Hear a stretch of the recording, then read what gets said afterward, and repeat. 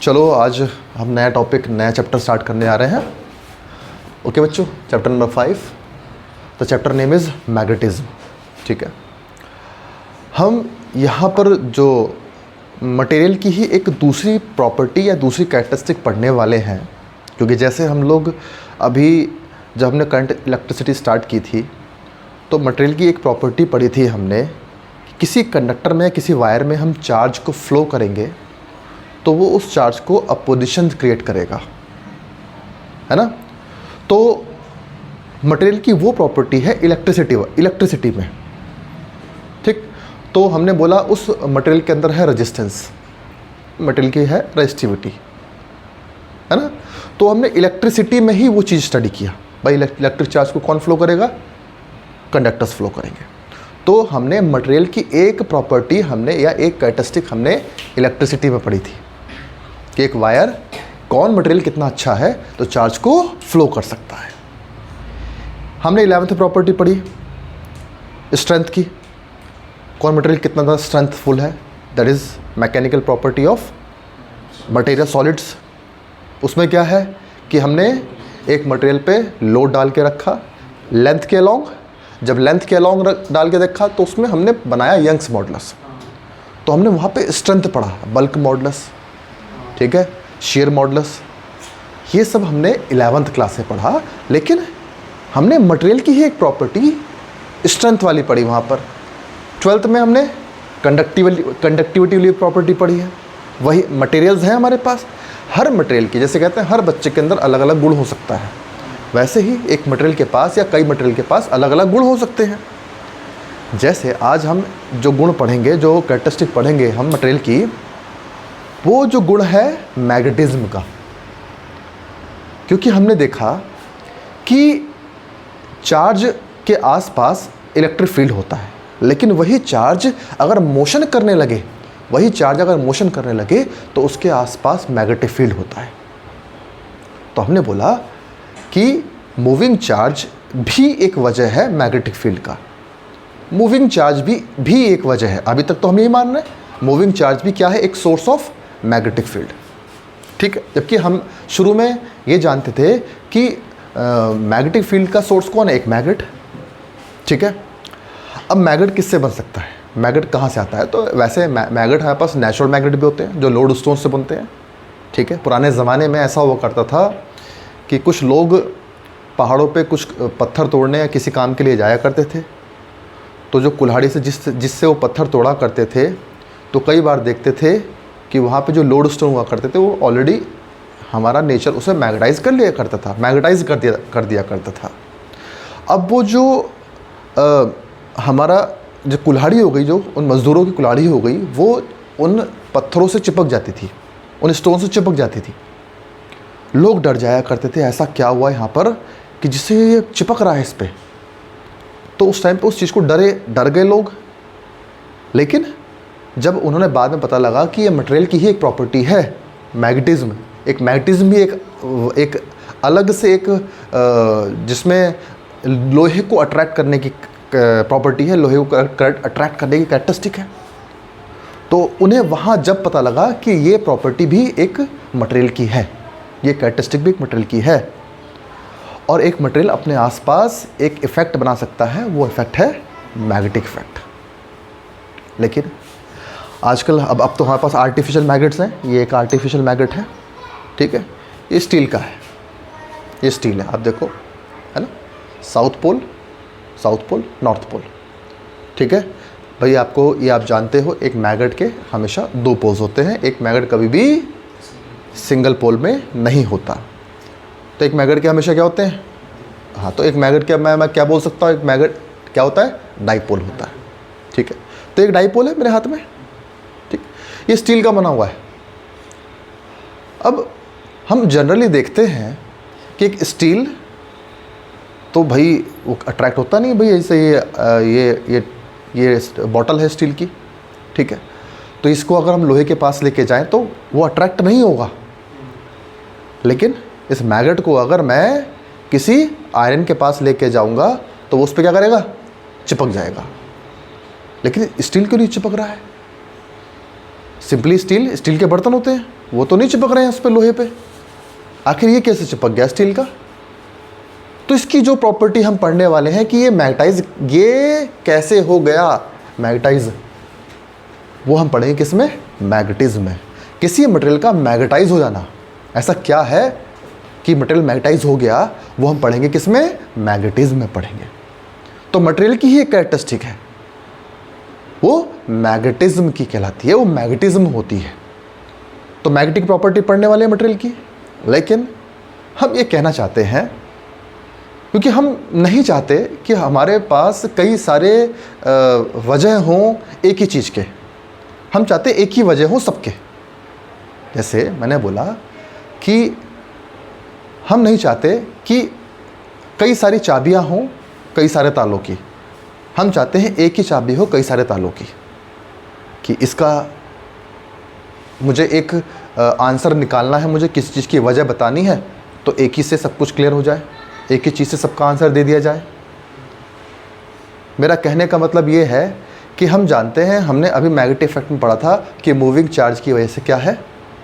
Magnetic field होता है आसपास, लेकिन इसके आसपास भी मैग्नेटिक फील्ड है। लेकिन हम कैसे माने कि इसके अंदर मूविंग चार्ज है? क्योंकि मूविंग चार्ज मूव कैसे करते हैं? पोटेंशियल डिफरेंस से। पोटेंशियल डिफरेंस कहाँ से आएगा? बैटरी से या सेल से। लेकिन इसके तो अपने पोटेंशियल डिफरेंस दिया ही नहीं है। ये तो एक परमानेंट मैग्नेट है, ठीक है। ये हमारे पास एक कंपास निडल है, कंपास निडल, ठीक है। और इसके आसपास हम मैग्नेट को लेके आएंगे, तो ये क्या करेगा? ये रोटेशन करेगा, दिख रहा है? ठीक है बेटा, है ना। तो ये जनरली अगर इसको मैं रखूंगा तो ये कहाँ जाके रुकेगा? ये नॉर्थ साउथ में, क्योंकि खुद भी एक मैग्नेट है, ये खुद भी एक मैग्नेट है। समझते हो? जब किसने किससे कांटेक्ट नहीं किया और ये लगातार घूम रही है। अगर इसे चाहता हूँ घुमाता हूँ तो मैं, तो इस पर क्या है? मैग्नेटिक फील्ड का इफेक्ट है। एक्चुअली ये खुद भी एक मैग्नेट है, छोटी सी स्मॉल सी मैग्नेटाइज कर रखा है इस मटेरियल को, ठीक है। तो ये एक मैग्नेट है जिसको सस्पेंड कर दिया एक इसके अंदर, एक बॉक्स के अंदर, चेम्बर के अंदर, और इसको फ्रीली जब छोड़ते हैं हम लोग तो ये अपने आप को नॉर्थ साउथ की तरफ अलाइन कर लेती है। ये चीज़, मैग्नेट की ये प्रॉपर्टी ना हमें पुराने ज़माने में हेल्प करती थी डायरेक्शन को देखने के लिए। क्योंकि एक मैग्नेट को जब भी हम सस्पेंड करते हैं तो वो अपने आप को कहाँ कर लेता है? नॉर्थ साउथ में कर लेता है। लेकिन हमारा कंसर्न अभी वो नहीं है। हमारा कंसर्न क्या है कि वजह क्या है कि आखिर एक मूविंग चार्ज के आसपास मैग्नेटिक फील्ड होता है, लेकिन एक मटेरियल कैसे मैग्नेटाइज हो गया? हमने देखा moving charge is a source of magnetic field, तो एक मैग्नेट भी सोर्स ऑफ मैग्नेटिक फील्ड है। हम नहीं चाहते दोनों दो अलग अलग सोर्सेस हों। हम क्या कहना चाहते हैं? मूविंग चार्ज ही मैग्नेटिक फील्ड का सोर्स है। समझते हो बात को? ठीक है। तो आज हम थोड़ा सा मटेरियल के बारे में स्टडी करते हैं। मटेरियल के एक जो मटेरियल होता है वो किस किस चीज़ों से मिलकर बना होता है। अब एक मटेरियल के अंदर क्या होते हैं? एटम्स होते हैं। एटम में कौन रिवॉल्व करते हैं? इलेक्ट्रॉन्स रिवॉल्व करते हैं। हमने ये चीज़ सोचा, एक एटम के अंदर इलेक्ट्रॉन रिवॉल्व करते हैं। ये इलेक्ट्रॉन है, अब इलेक्ट्रॉन रिवॉल्व कर रहा है। करंट की डेफिनेशन क्या बोलती है? करंट की डेफिनेशन क्या बोलती है? अगर मैं यहाँ पे खड़ा हो जाऊँ तो पर सेकंड कितने इलेक्ट्रॉन्स यहाँ से फ्लो हो गए, यानी पर सेकंड कितना चार्ज फ्लो हो गया। क्योंकि आप ही जानते हैं किसी मेटल के अंदर चार्ज का कैरियर कौन होता है? इलेक्ट्रॉन होते हैं। तो इलेक्ट्रॉन बह रहे हैं, इसका मतलब कौन बह रहा है? चार्ज बह रहा है। तो यहाँ से मेरे सामने से इलेक्ट्रॉन्स बह रहे हैं, तो यानी चार्ज बह रहा है, जिसे हम बोलेंगे electric current I is equal to Q by T। Q क्या होता है? N into E by T। N मतलब नंबर ऑफ इलेक्ट्रॉन्स, कितने number of electrons per second निकल गए, वही करंट होती है। और करंट के आसपास क्या बहेगा? क्या होगा? मैग्नेटिक फील्ड, ठीक है। या ऐसा होगा या फिर ऐसा होगा। समझते हो बात को? ठीक। अब ये एटम है, इसके बीच में क्या है? न्यूक्लियस। ये इलेक्ट्रॉन रिवॉल्व कर रहा है, मान लो ऐसा रिवॉल्व कर रहा है। अगर इलेक्ट्रॉन ऐसे चल रहा है तो मैंने यहाँ पर एक लाइन खींच दी। अब यहाँ से पर सेकंड कितने इलेक्ट्रॉन्स पास हो गए? पास होगा इलेक्ट्रॉन, तो क्या करंट बनेगी? क्या करंट होनी चाहिए तुम्हारे हिसाब से? करंट होनी चाहिए। यानी इस लूप में क्या है, यहाँ पे करंट है, कौन करंट फ्लो कर रहा है, इलेक्ट्रॉन। समझते हो? ठीक है। तो इसके अंदर क्या हो रहा होगा, इसके अंदर ऐसे ऐसे इलेक्ट्रॉन रिवॉल्व कर रहे होंगे, एटम में इलेक्ट्रॉन रिवॉल्व कर रहे होंगे। हमने क्या सीखा, हमने सीखा एक करंट कैरिंग लूप, ये इसमें करंट ऐसे फ्लो हो रही है। एक करंट कैरिंग लूप में मैग्नेटिक फील्ड होता है, वो मैग्नेटिक फील्ड कैसा होता है, ऐसे बाहर निकलता है। राइट हैंड थंब रूल से सीखा था हमने।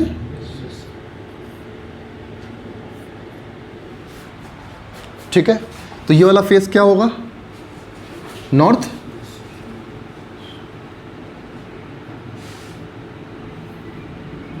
और पीछे वाला क्या होगा, साउथ। तो एक करंट कैरिंग लूप एक डाइपोल होता है। यहां बताओ, यहां ये करंट, ये एक मेटल वायर है, यहां पे करंट यानी इलेक्ट्रॉन्स कैसे घूम रहे हैं, गोल गोल घूम रहे हैं, गोल गोल सर्कुलर पाथ में। यहाँ पे तो सर्कुलर पाथ में है। तो आप समझ रहे हो मैं क्या कहना चाह रहा हूँ, इलेक्ट्रॉन और गोल घूम रहे हैं, इससे ये एक डाइपोल है, ये एक डाइपोल है। और इसमें इसको अगर हम बाहर के मैग्नेटिक फील्ड में रखेंगे तो ये मोमेंट क्रिएट करेगा। मोमेंट मतलब टॉर्क क्रिएट करेगा, रोटेशन करेगा। इसको मैंने सस्पेंड कर दिया बाहर के मैग्नेटिक फील्ड में, तो इसने टॉर्क क्रिएट किया और इसने मोमेंट क्रिएट किया। और इसमें मोमेंट कितना होता है, वंश बताओ बेटा, NIA या I/A। अगर एक टर्न है तो IA और n टर्न है तो NIA। यूनिट क्या होती है मैग्नेटिक मोमेंट की, एम्पियर मीटर स्क्वायर। देखो यार, ampere metre square, ampere area for metre square, ये एरिया है इसका। समझ में आता नहीं आता? ठीक है। मैग्नेटिक मोमेंट की डायरेक्शन कहाँ से कहाँ होती है, मैग्नेटिक मोमेंट की डायरेक्शन होती है साउथ से नॉर्थ की तरफ। जैसे इलेक्ट्रिक डाइपोल की होती है ना, नेगेटिव चार्ज से पॉजिटिव चार्ज की तरफ डाइपोल मूवमेंट होता है। P बराबर Q/2L, बिल्कुल यहाँ पे M बराबर I/A। ठीक है। देखो मैं यही बनाना चाहता हूँ यहाँ पर। मैं कहता हूँ यहाँ पे आगे नॉर्थ पोल होगा, पीछे साउथ पोल होगा, ऐसा मैं कहना चाहता हूँ। ठीक है। अगर नॉर्थ पोल साउथ पोल हो गए तो भाई मैग्नेटिक फील्ड निकलेगा, मैग्नेटिक फील्ड निकलेगा बाहर। समझते हो बात को? ठीक है। एक इलेक्ट्रॉन ऐसे अपना एक डाइपोल की तरह बिहेव करेगा अगर वो रिवॉल्व करेगा। मैंने बोला ये एक डाइपोल है, ये एक मैग्नेटिक डाइपोल है, मैग्नेटिक डाइपोल है। अब आप बोलोगे सर मैग्नेटिक डाइपोल है अगर ये, तो फिर आप इसका मैग्नेटिक डाइपोल मोमेंट बताओ फिर कितना होगा। भाई अगर ये मैग्नेटिक डाइपोल मोमेंट है तो आप हमें इसका एक मैग्नेटिक डाइपोल मोमेंट निकाल के बताओ। समझते हो बात को? दूसरा, फिर भी एक इलेक्ट्रॉन कितना मैग्नेटिक फील्ड देगा। मैंने बोला एक इलेक्ट्रॉन थोड़ी ना मटेरियल के पास, मटेरियल के पास तो बहुत सारे इलेक्ट्रॉन्स हैं। तो फिर तुम्हारे दिमाग में आना चाहिए कि सर ठीक है, फिर भी चलो ठीक है, ये एक इलेक्ट्रॉन रिवॉल्व कर रहा है, ऐसे रिवॉल्व कर रहा है, ठीक, इससे करंट बन रही है। अगर इलेक्ट्रॉन ऐसे रिवॉल्व कर रहा है तो करंट उसकी उल्टी होगी, करंट इसकी उल्टी होगी यहाँ पर। तो मैग्नेटिक डाइपोल मोमेंट किस तरफ हुआ, इस तरफ। चलो मान लो ये मैग्नेटिक डाइपोल मोमेंट है, ये मैग्नेटिक डाइपोल मोमेंट है इस इलेक्ट्रॉन का। ये एक डाइपोल है मेरा, ठीक है, इससे इधर है। अब कहने की बात यह है कि मैं जनरली एक स्टील की रॉड लेता हूँ और उसको लोहे के पास लेके जाता हूँ तो वो अट्रैक्ट नहीं करता लोहे को। लेकिन जब उस स्टील को मैं मैग्नेटिक फील्ड में रखता हूँ, स्ट्रॉन्ग मैग्नेटिक फील्ड में रखता हूँ, उसके बाद उसे लोहे के पास लेके जाता हूँ तो वो अट्रैक्ट कर लेता है, वो अट्रैक्ट कर लेता है। बहुत सारी कहानियाँ दिमाग में चल रही हैं, वो अट्रैक्ट कर लेता है लोहे की कील को अट्रैक्ट कर लेता है। एक तो ये कहानी है, ऐसा क्या हुआ मटेरियल के अंदर कि उसको खुद एक मैग्नेट बन गया, उसके खुद के नॉर्थ पोल साउथ पोल हो गए। जैसे ये मैंने अभी बार मैग्नेट आपको दिखाया है। दूसरा, मैं एक लोहे की बार बना के ले आता हूँ, लोहे की बार। जब उसको मैग्नेटिक फील्ड में रखता हूँ तो वो दूसरे लोहे को अट्रैक्ट करता है, लोहे का बार। लेकिन जब उसको मैग्नेटिक फील्ड से बाहर ले आता हूँ तो वो तो अट्रैक्ट नहीं करता। तो ऐसा क्या है लोहे में, ऐसा क्या है स्टील में। स्टील के अंदर मैग्नेटिक फील्ड रिटेन रह गया, रिटेन मतलब रुका रह गया, जबकि लोहे में रुक नहीं पाया। ऐसी क्या वजह है? क्योंकि हम पढ़ ही रहे किस क्या रहे हैं, मैग्नेटिक प्रॉपर्टी ऑफ मटेरियल पढ़ने जा रहे हैं हम लोग, मैग्नेटिक प्रॉपर्टी ऑफ मटेरियल जिसको हम बोलते हैं मैग्नेटिज्म, है ना। तो हम पढ़ेंगे क्या कि लोहा क्यों नहीं मैग्नेटाइज हो पाया, जब तक मैग्नेटाइज है, जब तक मैग्नेटिक फील्ड में है। स्टील क्यों मैग्नेटाइज हो गया, मैग्नेटिक फील्ड से मैग्नेटिक फील्ड में रखने के बाद और मैग्नेटिक फील्ड से बाहर निकालने के बाद स्टील कैसे मैग्नेटाइज हो गया। इसका एक एग्जांपल आप डेली लाइफ में कर सकते हो। एक मैग्नेट लो, एक स्टेनलेस स्टील का वो ले लो ब्लेड, दोनों को आपस में रब करो, कुछ देर रब करते रहो और उस स्टील उस किसको स्टील को के ब्लेड को, स्टेनलेस स्टील के ब्लेड को आप किसी लोहे के पास लेके चले जाओ, क्या देखोगे आप, उस पर चिपक जाएगा। कूलर के पास ले जाओ, लोहे कूलर होता है, उसके पास ले जाओ, उस पर चिपक जाएगा वो। अब कैसे चिपक गया, पहले तो नहीं चिपक रहा था। तो हम बोलेंगे सर वो मैग्नेटाइज हो गया, वो मैग्नेटाइज हो गया, उसमें मैग्नेटिक फील्ड रिटेन रह गया। रिटेन मतलब स्टेबल रह गया उसके अंदर। आखिर उसके अंदर ऐसा क्या हो गया, तो पहले सोचो, पहले क्यों नहीं मैग्नेटाइज था, क्योंकि हमारा मैग्नेटिक मोमेंट वो एक वेक्टर क्वांटिटी है, क्योंकि उसकी डायरेक्शन साउथ से नॉर्थ की तरफ होती है। जो भी एक डाइपोल होगा उसके पास डाइपोल मोमेंट होगा। एक डाइपोल अपने आसपास मैग्नेटिक फील्ड देता है। एक करंट कैरिंग लूप के एक्सिस पर मैंने मैग्नेटिक फील्ड सिखाया था आप लोगों को, तो ये भी एक करंट कैरिंग लूप है, ठीक है। मेरे एक स्टील के अंदर, एक स्टील बार के अंदर बहुत सारे करंट कैरिंग लूप होते हैं, सब अपनी अपनी मैग्नेटिक फील्ड देंगे, कोई इधर देगा, कोई ऊपर देगा, कोई नीचे की तरफ देगा, कोई यहाँ देगा, कोई उधर देगा। कितने होते हैं, इनफाइनाइट, बहुत करोड़ों होते हैं, लेकिन सब रैंडम इधर उधर रखते रहते हैं, कोई इधर तो कोई उधर, कोई उधर तो कोई उधर। सबका मैग्नेटिक मोमेंट अगर मैं ऐड करूं तो किसी का इधर तो किसी का इधर, किसी का ऊपर तो किसी का नीचे होगा, कोई इधर होगा तो कोई ना कोई इधर होगा, कोई इधर होगा तो कोई ना कोई, जिससे नेट मैग्नेटिक मोमेंट कितना बचा, 0 बना। जब नेट ही 0 बना तो मैग्नेटिक फील्ड कहाँ गया, मैग्नेटिक फील्ड कहाँ है, मैग्नेटिक फील्ड इसके अंदर ही है, इस बार के अंदर ही है मैग्नेटिक फील्ड। तो बाहर अगर मैं एक नेल लेके आऊँगा मैं आयरन की, तो वो क्यों नहीं अट्रैक्ट होगी इससे, क्योंकि मैग्नेटिक फील्ड अंदर ही रह गया। कहने की बात ये है, अगर ये मेरी एक बार है तो मैं सारे वेक्टर का, आप वेक्टर के सम जानते हो, मैंने बहुत सारे वेक्टर्स हैं, उन वेक्टर को मैंने ऐड किया, एक का इनिशियल दूसरे के फाइनल से मिलाया और फाइनली जा कर के वो शुरू वाले के इनिशियल से मिल गया। जब सारे वेक्टर का सम क्लोज हो जाता है तो रिजल्टेंट कितना बनता है, रिजल्टेंट कितना बनता है, 0। क्यों भाई, भूल गए, ये वेक्टर A है, ये वेक्टर B है, ये वेक्टर C है, तीनों वेक्टर का ऐड बताओ, 0। तीनों वेक्टर के ऐड 0 हो गए। तो ये वेक्टर पहला वेक्टर है, कौन सा वेक्टर, मैग्नेटिक मोमेंट, पहले वाले इलेक्ट्रॉन की वजह से, पहले वाले डाइपोल की वजह से मैग्नेटिक मोमेंट, दूसरे वाले डाइपोल की वजह से मैग्नेटिक मोमेंट, तीसरे चौथे एन डाइपोल की वजह से मैग्नेटिक मोमेंट। सारे का मैंने ऐड किया तो क्लोज पाथ बना।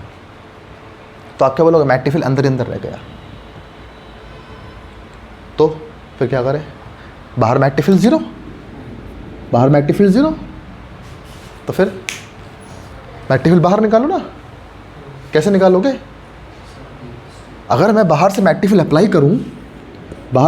अप्लाई करूं, जोर का ज़बरदस्त वाला ऐसे, तो क्या ये जो ऐसे है, बाहर का मैग्नेटिक फील्ड क्या करता है, एक डाइपोल को, एक कॉइल को रोटेट करता है। किस तरफ रोटेट करता है डाइपोल को, मैग्नेटिक मोमेंट को, उसके मैग्नेटिक मोमेंट को अपनी तरफ कर देता है। क्यों भाई, ये मैग्नेटिक मोमेंट है किसका है, इस रिवॉल्विंग इलेक्ट्रॉन का। बाहर का मैग्नेटिक फील्ड क्या करेगा, इसे मरोड़ना मतलब कोर्स करना, कोर्स बोलते हैं इसको, आगे पढ़ेंगे हम, इसको मरोड़ देना, ऐंठ देना, ठीक है।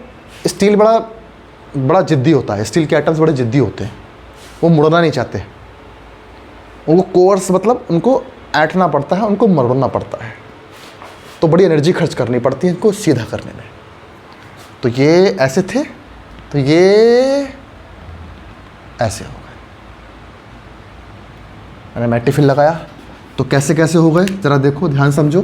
ये ऐसे हो गए, कोई इतना सीधा हो गया, कोई ऐसा हो गया, कोई इस तरीके से हो गया, कोई ऐसा हो गया, कोई ऐसा हो गया। लेकिन सबके लगभग देखो, सबकी डायरेक्शन कहाँ है? कुछ ना कुछ कंपोनेंट सामने आएगा, कुछ ना कुछ कंपोनेंट सामने आएगा सबका। ये सबका मतलब कुल मिला के ये जो क्लोज पाथ है ये टूट गया, ये तोड़ना था मुझे। अगर ये टूट गया तो भैया बाहर मैग्नेटिक मटेरियल से बाहर निकलना स्टार्ट कर देगा, बाहर निकलना स्टार्ट कर देगा मटेरियल से। समझा नहीं आया? बाहर निकलना स्टार्ट कर देगा बेटा। अगर मैग्नेटिक बाहर, हमने बाहर का मैग्नेटिक हटा दिया, अब तो क्या देखा, ये जो जितने भी डाइपोल्स थे ऐसे घूमे थे, बाहर का मैग्नेटिक हटाने के बाद ये मुड़ नहीं पाए वापस अपनी जगह पर, ये अभी वहीं पड़े हुए हैं। क्यों? क्योंकि इनको ऐंठना ही बड़ा कैड़ा काम था। इनको मोड़ दिया एक बार तो अब वहीं रह गए, रिटेन रह गए, रिटेन अपनी जगह पर रहना वैसा ही। ठीक है, तो अब इनका सबका डाइपोल सामने की तरफ हो गया, थोड़ा थोड़ा सबका सामने रह गया। अगर हम और स्ट्रॉन्ग मैग्नेटिक फील्ड लेते तो ये और घूम जाते, हम और स्ट्रॉन्ग मैग्नेटिक फील्ड लेते तो और घूम जाते, और सबके सब में भी शायद एक स्ट्रॉन्ग मैग्नेटिक फील्ड पे सबके सब कैसे हो जाते, स्ट्रेट आते। ये सबसे स्ट्रॉन्गेस्ट कंडीशन है किसी मटेरियल की सबसे ज़्यादा मैग्नेटाइज होने की। अगर कंपोनेंट जाएगा सामने की तरफ तो कम लेके जाएगा, कम मैग्नेटिक फील्ड लेके जाएगा। अगर सारा का सारा सामने लेके जाएगा तो स्ट्रॉन्ग मैग्नेटिक फील्ड है। कहते हैं सब एक जगह फोकस करो सामने की तरफ, तो जब सामने की तरफ जब से फोर्स लगाएंगे तो एक लार्ज इम्पैक्ट देंगे।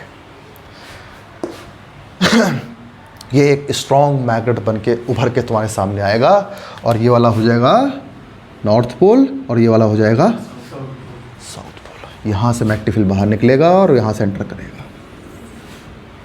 और ये बन जाएगा एक परमानेंट मैग्नेट। समझ नहीं आया? अब कुछ तरीके हैं, आगे हम पूरा प्रॉपर्टी पढ़ेंगे, हर तरीके से हम पढ़ेंगे, स्टडी करेंगे इसको। तो भाई अब कहने के बाद यही है कि आपको कुछ कहानी समझ में आ रही है किसी मटेरियल के मैग्नेटाइज होने की। कोई मटेरियल मैग्नेटाइज होता क्यों है, उसकी वजह ही एक है, उसकी एक ही वजह है। वो क्या है? करंट ही वजह है। यानी एक मैग्नेट सोर्स नहीं है मैग्नेटिक फील्ड का, एक मैग्नेट सोर्स नहीं है मैग्नेटिक फील्ड का, यानी उसके अंदर छोटे छोटे डाइपोल्स हैं, बहुत सारे छोटे डाइपोल्स हैं जो कि इलेक्ट्रॉन के मोशन से बनते हैं। इलेक्ट्रॉन के मोशन से बनते हैं, रिवॉल्विंग ऑफ इलेक्ट्रॉन्स। एक इलेक्ट्रॉन रिवॉल्व करेगा किसी एटम के चारों तरफ, ऐसे रिवॉल्व करेगा, फास्ट रिवॉल्व करेगा, तो भाई उससे एक मैग्नेटिक डाइपोल मोमेंट क्रिएट होगा, और सबसे मिलके बनेगा तो स्ट्रॉन्ग मैग्नेट बनेगा, एक स्ट्रॉन्ग मैग्नेटिक इफेक्ट बनेगा। थोड़ा थोड़ा ऐड करेंगे तो बहुत सारा मैग्नेटिक फील्ड हो जाएगा। क्या इतनी बात सबको क्लियर होती है? तो आज हम बात करने वाले हैं कि एक रिवॉल्विंग इलेक्ट्रॉन कितना मैग्नेटिक मोमेंट क्रिएट करता है। तो हम पढ़ने वाले हैं magnetic moment of A revolving electron. Clear हो गया सब बच्चों को? तो जल्दी से स्टार्ट करते हैं। आप इसको देखो, फिर हम स्टार्ट करते हैं उसको। इसको स्टॉप कर दो अब।